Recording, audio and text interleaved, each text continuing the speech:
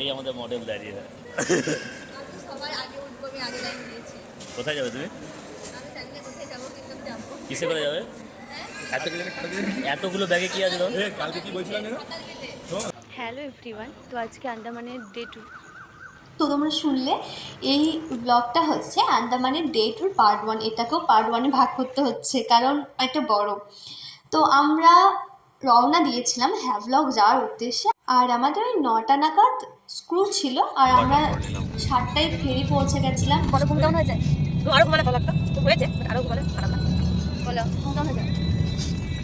দরকার ছিল, কিছু করার নেই, করতে এলে কষ্ট করতে হবে।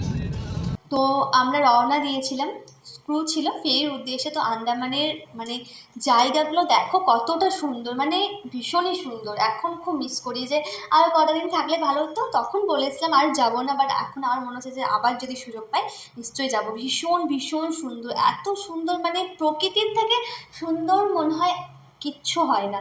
ভীষণই সুন্দর। আন্দামানের রাস্তাঘাটগুলো এখনও জাস্ট চোখ বন্ধ করলে ভাসে যে এত সুন্দর রাস্তা, রাস্তার পাশে সমুদ্র, আর এটা স্থির সমুদ্র, আরও সুন্দর। আর এই আন্দামানের সমুদ্রের জলের কালারটাই আমার সাংঘাতিক লাগে, সবুজ একদম সি গ্রিন। তো পৌঁছে গেছিলাম ফেরি।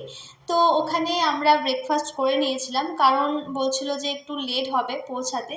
তো ব্রেকফাস্টটা ভালোই ছিল, আমার তো ভালোই লেগেছে। স্যান্ডউইচ আমার মোটামুটি ভালো লাগে।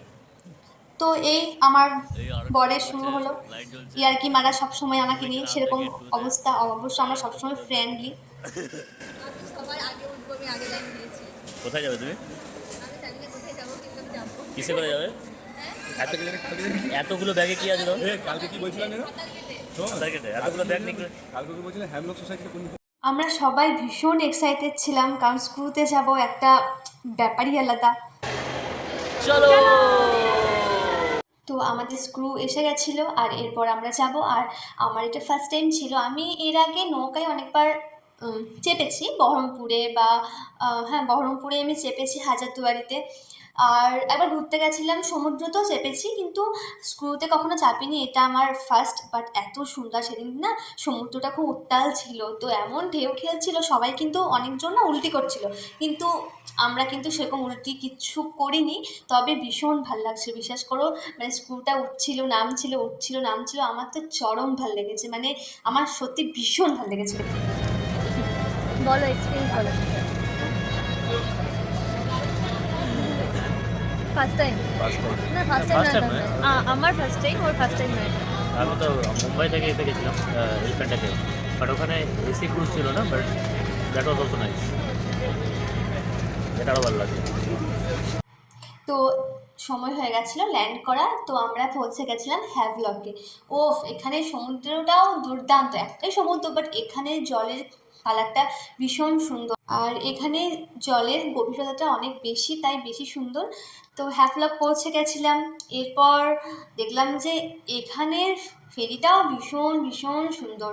আর বাবা, আমার কি ক্যাট, মানে ফার্স্ট টাইম এত দূর এসেছি ঘুরতে, সিরিয়াসলি ক্যাট মারারই কথা, সবাই ক্যাট মারছিল, আমার বরটা একটু বেশি ক্যাট মারছিল। যাই হোক, আমার ভীষণই ভালো লেগেছে। আর সত্যি কথা বলতে গেলে অনেক দিন পর আমি এরকম ড্রেস পরছি, খুব কম হতো পরার বাড়িতে।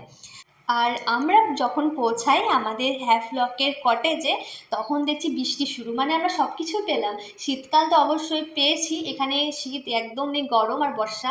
আহা, বর্ষাকাল তো আমার ভীষণ প্রিয়, বৃষ্টিও খুব প্রিয়। আর এটা ছিল আমাদের হ্যাভলকের কটেজ। কি সুন্দর, মানে আর একদম বিচ সাইড ছিল, সামনেই বিচ ছিল, দেখতে পাবে তোমরা। ভীষণ সুন্দর, মানে আমার খুব ভাল লেগেছে, মানে এতটাই সুন্দর, মানে সত্যি ভীষণ ভীষণ ভীষণ ভীষণ সুন্দর।